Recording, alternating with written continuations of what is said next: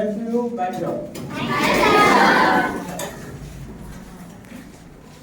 आज हम अपने सेशन की शुरुआत जो है एक प्रेरक बात से करना चाहते हैं। शिक्षा वह शेरनी का दूध है जो पिएगा वो दहाड़ेगा, है ना। शिक्षा वह शेरनी का दूध है जो पिएगा। तो इस वाक्य से हम लोग इस सेशन का शुरुआत करते हैं। जैसे कल आप लोगों को बताए थे कि अक्षांश और देशांतर के बारे में डिटेल्स में बताए थे, और ग्लोब और मानचित्र के बारे में बताए थे कि ग्लोब का हम लोग कैसे अध्ययन करेंगे, मानचित्र का कैसे अध्ययन करेंगे और इसके क्या क्या फायदे हैं, इसके बारे में मैंने विस्तार से आप लोग को बताया था। आज हम लोग समझेंगे कि अक्षांश और देशांतर रेखाएं में क्या क्या मेजर अंतर है, और इसके बाद हम लोग और सारे रेखाएं हैं, 5-6 रेखा, इसके बारे में भी जानकारी हासिल करेंगे। तो चलते हैं बच्चों। पहले आप लोगों को बताया गया था कि अक्षांश रेखाएं। तो सबसे पहले हम लोग देखेंगे कि पृथ्वी के बीच में जो रेखा खींची जाती है उसको कौन रेखा कहा जाता है? अक्षांश रेखा। उसको 3 नाम से हम लोग जानते हैं। पहला तो ये हो गया 0 डिग्री अक्षांश रेखा, दूसरा हो गया विषुवतीय रेखा, तीसरा हो गया, ये तो आप लोग जानते ही हैं। और 0 डिग्री से लेकर यहाँ तक 90 डिग्री तक हम लोग एक डिग्री ऐसे खींचते गए हैं जो पूरब से पश्चिम की तरफ खींची गई रेखा है। और यह क्या होता है? वृत्तीय रेखा है ना, वो चारों तरफ खींची जाती है। अक्षांश रेखा जो होता है वो चारों तरफ खींची जाती है। यहाँ देखिए ये रेखाएं जितनी भी खींची गई है एक काल्पनिक रेखा। हेलो, पीछे हल्ला नहीं करना। ये जो रेखाएं खींची गई है ऐसा तुम लोग मत समझ लेना कि ये पृथ्वी पर खींच के रख दिया गया, एक काल्पनिक माना गया है। ये दोनों रेखा अक्षांश रेखा और देशांतर रेखाएं क्या है? एक काल्पनिक रेखा, ठीक है ना। तो ये देखिए अक्षांश रेखा क्या है? एक काल्पनिक रेखा है, और देशांतर रेखा भी एक काल्पनिक रेखा है। अक्षांश रेखा दीर्घवृत्तीय रेखा है, आप इसको समझे। अक्षांश जो रेखा है, अक्षांश किधर से किधर खींची जाती है? पूरब से पश्चिम। और यह रेखा जो है विषुवतीय रेखा के समानांतर खींची जाती है ना। हमारी जो ये विषुवतीय रेखा है इसके समानांतर हम ये रेखा खींचे, इसी को हम लोग अक्षांश रेखा कहते हैं। तो अक्षांश रेखा जो है किसी बिंदु पर, चाहे उत्तर दिशा में हो या दक्षिण दिशा में, वहां से जो विषुवतीय रेखा पर जो कोण बनता है इसी को हम लोग अक्षांश कहते हैं, और उसको हम लोग डिग्री में व्यक्त करते हैं। और उसी रेखा को हम लोग पूरब से पश्चिम की तरफ दीर्घवृत्तीय रेखा खींच देते हैं, इसी को हम लोग बोलते हैं अक्षांश वृत्तीय रेखा। इसको हम लोग बोल सकते हैं ना, अक्षांश वृत्तीय रेखा। तो ये रेखाएं उत्तरी गोलार्ध में जो है 0 डिग्री से 90 डिग्री तक होता है, और दक्षिणी गोलार्ध में 0 डिग्री से 90 डिग्री, यानी 90 रेखाएं इधर खींची गई है और 90 रेखाएं दक्षिणी की तरफ खींची गई, यानी पूरी रेखाएं कितनी है? 180।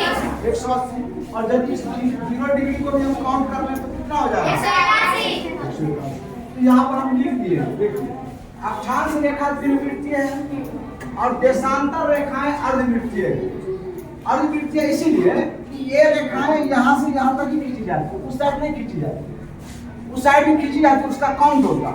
इसीलिए क्या हो गया, यहाँ पर 180 रेखाएं हो गई और उस साइड भी 180 रेखाएं। तो देशांतर रेखाएं कितनी हो गई?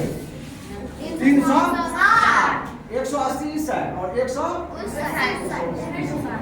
तो यह रेखा पूर्व से पश्चिम की तरफ खींची जाती है।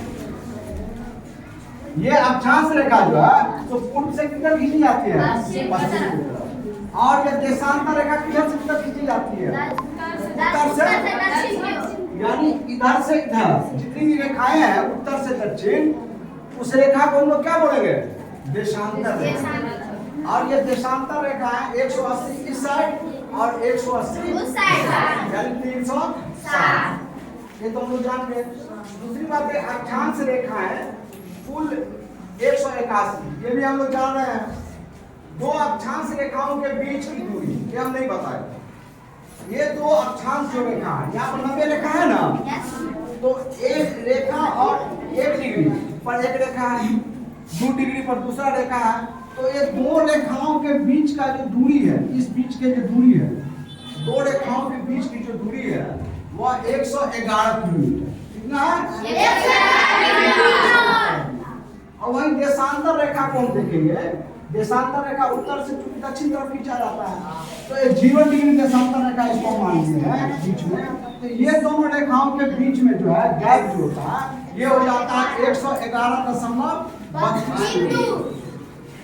ये थोड़ा सा बढ़ जाता है, इसके उभार के कारण क्या पृथ्वी बीच में क्या है, थोड़ा सा उभरा हुआ है, तो इसीलिए यहाँ 111.32। तो ये बराबर क्वेश्चन पूछा जाता है कि दो अक्षांश रेखाओं के बीच की दूरी कितनी, तो कितनी हो जाएगी बच्चों? 111। अक्षांश पूछेगा तब, और देशांतर, दो देशांतर रेखाओं के बीच की दूरी कितनी हो जाएगी? आप लोगों को कल हम बताए थे कि देशांतर रेखा है वो, उससे हम लोग टेम्परेचर निकालते हैं, टेम्परेचर मापा जाता है, उसकी जलवायु हम लोग देखते हैं। विश्व पटल पर जो अक्षांश रेखा है उससे हम लोग क्या देखते हैं? तापमान और जलवायु, नहीं जी। और हम लोग देशांतर रेखा से क्या देखते हैं? समय को देखते हैं ना, कहाँ कितना बजा। तो एक देशांतर रेखा को पार करने में 4 मिनट का समय लगता है। कितने मिनट का समय लगता है? 4 मिनट का समय लगता है। ये भी ध्यान रखना, ये भी क्वेश्चन पूछता है कि एक देशांतर रेखा को पार करने में कितना समय लगता है। एक क्वेश्चन पूछा था अभी टीचर वाला परीक्षा में, अभी जो हुआ है शिक्षक का परीक्षा, उसमें पूछा था कि देशांतर रेखा पर मान लो 12 बज गया, कितना बज रहा है? तो पूर्वी देशांतर में 30 डिग्री पर कितना बजेगा? 12:30। तो 30 को हम लोग 4 से गुना कर देंगे तो कितना होगा? 4 या 12 यानी 120 मिनट। तो 130 मिनट कितना हो गया? 2 घंटा। तो यहाँ ग्रीनिच पर कितना बज रहा है? 12। तो वहाँ 30 डिग्री पर कितना बज जाएगा? 2 बजेगा जी। यानी एक मतलब देशांतर रेखा पार करने में 4 लगता है, तो 30 देशांतर रेखा पार करने में कितना लगेगा? 30 × 4 उतना मिनट लगेगा ना, तो 120 मिनट। तो 120 मिनट मतलब क्या हुआ? 2 घंटा। तो यहाँ 12 बज गया, तो 30 डिग्री देशांतर रेखा पर कितना बजेगा? पूर्वी देशांतर 2 बज जाएगा। यही क्वेश्चन पूछा था। 7, 6, 7, 8 क्लास का ही क्वेश्चन ज्यादातर रहता है। हम लोग यहाँ से गहराई से पढ़ लेंगे तो हम लोग 50% क्वेश्चन ऐसे ही सॉल्व कर लेंगे कोई भी कंडीशन का। तो यही क्वेश्चन पूर्वी देशांतर में पूछेगा तो जुड़ जाएगा समय, और यही पश्चिमी देशांतर में पूछेगा तो 2 घंटा क्या हो जाता? घट जाता। तो यहाँ 12 बज रहा था, 10 बजता। यही चीज को ध्यान रखना। हो गया? तो इसको अंतर को हम लोग समझ गए, अक्षांश और देशांतर के अंतर को समझ गए हम लोग जी। पहला तो हो गया एक काल्पनिक रेखा है, दूसरा हो गया अक्षांश रेखा जो है वह दीर्घवृत्तीय रेखा है, दीर्घवृत्तीय रेखा है। और देशांतर रेखा क्या है? आधार खींचा जाता है, इसलिए अर्धवृत्तीय है, इसको हम लोग समझ लिए। तीसरा है यह रेखा पूर्व से पश्चिम, माने अक्षांश रेखा किधर से किधर खींची जाती है, और देशांतर रेखा उत्तर से दक्षिण खींची जाती है। चौथा पॉइंट है यह रेखा भूमध्य रेखा के समानांतर खींची जाती है। जो ये भूमध्य रेखा हुआ तो इसके समानांतर खींची जाती है अक्षांश रेखा, है ना। और ये जो है यहाँ पर यह रेखा अक्ष के समानांतर खींची जाती है। यहाँ पर जो है उत्तरी ध्रुव और दक्षिणी ध्रुव को मिलाने वाली काल्पनिक रेखा हम लोग अक्ष कहते हैं, तो इस अक्ष के समानांतर ही तो खींची गई है ना। देशांतर रेखा अक्ष के समानांतर खींची जाती है, इसको हम लोग समझ लें। अक्षांश रेखाएं कुल कितनी होती है? 161। और देशांतर रेखाएं कुल कितनी होती है? 360। दो अक्षांश रेखाओं के बीच की दूरी कितनी होती है? 111। और दो देशांतर रेखाओं के बीच की दूरी 111। यही अंतर है, इसको हम लोग समझ लिए। अब हम दूसरे तरफ आते हैं। अब यहाँ पर देखो, इसको हम नहीं बताए थे, ये जो 0 डिग्री अक्षांश, ये जो देशांतर रेखा है, इसको हम लोग क्या बोलते हैं? ग्रीनविच रेखा। ग्रीनविच रेखा बोलते हैं ना जी। कल बताए थे कि यह ब्रिटेन से यह रेखा गुजरती है और ब्रिटेन में एक जगह उसका नाम है ग्रीनविच। ये रेखा उसी होके और प्रशांत महासागर होके ऐसे गुजरती है, तो उस रेखा का नाम क्या देती है? तो कभी कभी ये पूछ देता है कि 0 डिग्री देशांतर रेखा को क्या कहते हैं, तो उसका 2-3 नाम है, प्रधान मध्याह्न रेखा और एक होता है ग्रीनविच रेखा। ध्यान रखना 0 डिग्री देशांतर रेखा जो है उसको हम लोग क्या बोलते हैं? ग्रीनविच रेखा या प्रधान मध्याह्न रेखा। और एक है इसके अपोजिट, ये जो हमारा ये बढ़ रहा है इसके साइड में भी बनेगा देखो आधार, तो उसका नाम दे दिया 180 डिग्री देशांतर रेखा। तो अंतरराष्ट्रीय कड़ा बताए थे कि अंतरराष्ट्रीय तिथि रेखा से जब हम पूरब तरफ आएंगे तो एक दिन क्या होगा? बढ़ जाएगा, और पश्चिम की तरफ आएंगे तो उसी तरह यहाँ पर है या 0 डिग्री जो देशांतर रेखा उसके पूर्वी तरफ से हम आएंगे तो समय में क्या हो जाएगा? बढ़ोतरी हो जाएगा, समय बढ़ जाएगा पूर्वी देशांतर, और पश्चिमी देशांतर में क्या हो जाएगा? तो इसी तरह से हम लोग कैलकुलेट करके समय निकालते हैं। फिर हम भारत के समय के बारे में बताएंगे कि हम लोग का जो प्रधान मानक समय रेखा जो है ना, प्रमाणिक जिसको कहते हैं, प्रमाणिक मानक समय रेखा, वह 82.5 डिग्री में खींची गई भारत में। तो क्यों खींची गई है इसके बारे में हम बताएंगे। अब इसको हम देखते हैं, इस रेखा के बारे में हम जानते हैं। देखो ये मान लो जो पृथ्वी है, क्या पृथ्वी है, इसको हम लोग 2 बराबर भागों में बांटते हैं। इसको कौन रेखा कहा जाता है? और ऊपर जो है ये 23.5 डिग्री पर जो खींची गई रेखा है इसका एक विशिष्ट नाम दिया है।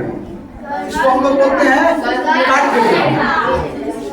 Tropic of cancer. हाँ, तो ये कर्क रेखा कितनी डिग्री पर खींची गई है? 3 डिग्री पर। किस गोलार्ध में है? उत्तरी गोलार्ध में है। और यह अक्षांश रेखा है कि देशांतर रेखा? अक्षांश रेखा, बिल्कुल सही पकड़। इसको हम कह सकते हैं कि कर्क रेखा वो रेखा है जो उत्तरी गोलार्ध में 23.5 डिग्री पर खींची गई रेखा है ना। उत्तरी गोलार्ध में 23.5 डिग्री पर खींची गई रेखा को हम लोग क्या बोलते हैं? कर्क रेखा। 23.5 डिग्री पर क्या हो जाएगा जी? उत्तरी गोलार्ध में। और दक्षिणी गोलार्ध में 23.5 डिग्री पर खींची गई रेखा को क्या कहते हैं? उसी तरीके से देखते हैं ऊपर 66.5 डिग्री पर कौन रेखा खींची गई है? उत्तरी गोलार्ध में आर्कटिक रेखा। और 66.5 डिग्री पर दक्षिणी गोलार्ध में कौन रेखा खींची गई है? अंटार्कटिक रेखा। तो आर्कटिक रेखा इसी के नाम दिया गया कि यहाँ पर आर्कटिक महासागर है ना। हम लोग ग्लोब में दिखाएंगे तो यहाँ पर क्या है? आर्कटिक महासागर। और इस साइड क्या है? दक्षिणी अंटार्कटिक महासागर, इसलिए इसका नाम दे दिया गया अंटार्कटिक। और यहाँ पर जो हम लोग आते हैं जिसको क्या बोलते हैं? दक्षिणी ध्रुव 90 डिग्री पर। और उत्तर में आते हैं जिसको क्या बोलते हैं? उत्तरी ध्रुव। तो हम लोग जान गए इतनी रेखा के बारे में, जान गए जी। सबसे पहले तो हम लोग जान गए विषुवतीय रेखा का 3 नाम दिया गया। तो विषुवतीय रेखा को बच्चों देख लो, पहले रिवीजन कर लो। पहले 0 डिग्री अक्षांश रेखा, इसी का नाम है। दूसरा विषुवतीय रेखा, इसी का नाम है। और भूमध्य रेखा, तीनों 0 डिग्री का नाम है। फिर इस तरफ से हम लोग आते हैं तो 0 डिग्री देशांतर रेखा को ही कहते हैं हम लोग ग्रीनविच रेखा। इसी का दूसरा नाम क्या है? और उस तरफ हम लोग 180 डिग्री मानते हैं तो उसको हम लोग क्या बोलते हैं? अंतरराष्ट्रीय। एक क्वेश्चन पूछता है कि 180 डिग्री देशांतर रेखा को कौन रेखा कहा जाता है? तो अंतरराष्ट्रीय तिथि रेखा कहेंगे जी। 180 डिग्री देशांतर रेखा को कौन रेखा कहेंगे? और 0 डिग्री को क्या कहेंगे? देशांतर रेखा को ग्रीनविच रेखा या ये चीज याद रखना। यहाँ पर ध्यान देना है कि कर्क रेखा किसको कहेंगे? उत्तरी ध्रुव में उत्तरी गोलार्ध में 23.5 डिग्री पर खींची गई अक्षांश रेखा को हम लोग क्या बोलते हैं? उत्तरी गोलार्ध में 66.5 डिग्री अक्षांश रेखा जो खींची गई 66 डिग्री पर, उसको क्या बोलते हैं? ये हो गया। नीचे देखो, दक्षिणी गोलार्ध में 23.5 डिग्री अक्षांश रेखा जो खींची गई, इसको क्या नाम दिया गया? दक्षिणी गोलार्ध में 66.5 डिग्री पर जो रेखा खींची गई, इसको क्या नाम दिया गया? इसके बारे में हम जानेंगे। अब हम लोग अगला टॉपिक के बारे में जानेंगे, ठीक है? तब तक के लिए इस सेशन हम खत्म करते हैं। बाद में दूसरे सेशन में हम लोग और विषय पर चर्चा करेंगे, ठीक है ना?